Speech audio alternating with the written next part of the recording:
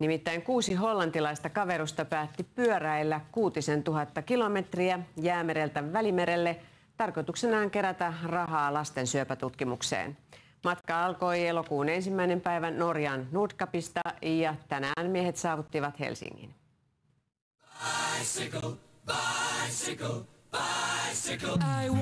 Näitä teidän valtioita seuratessa tulee väkisinkin mieleen, mitä hän sitä on itse saanut elämässä aikaan.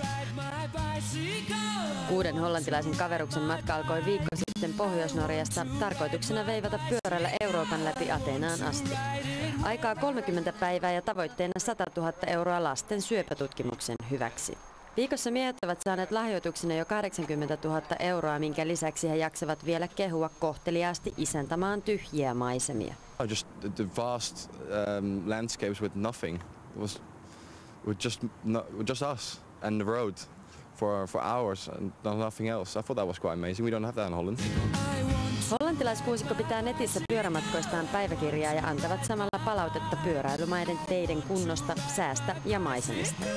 Marina, teiden kunnosta Suomessa on vieraiden mukaan turhaa. But if I would have to give stars for the road, I would definitely give 4. Mielistelyosa 2, Suomen maisema. 5 stars, maybe even 6. Sääpalautetta kuunnellessa kehuminen menee jo överiksi. I would have given you 4, but we had some wind and a lot of rain last couple of days, so I'll give you 3. Tallinnan laivojen terminaalissa tulee kuitenkin tunnustus. I can't imagine how many stars I would have given if it was winter now. -2?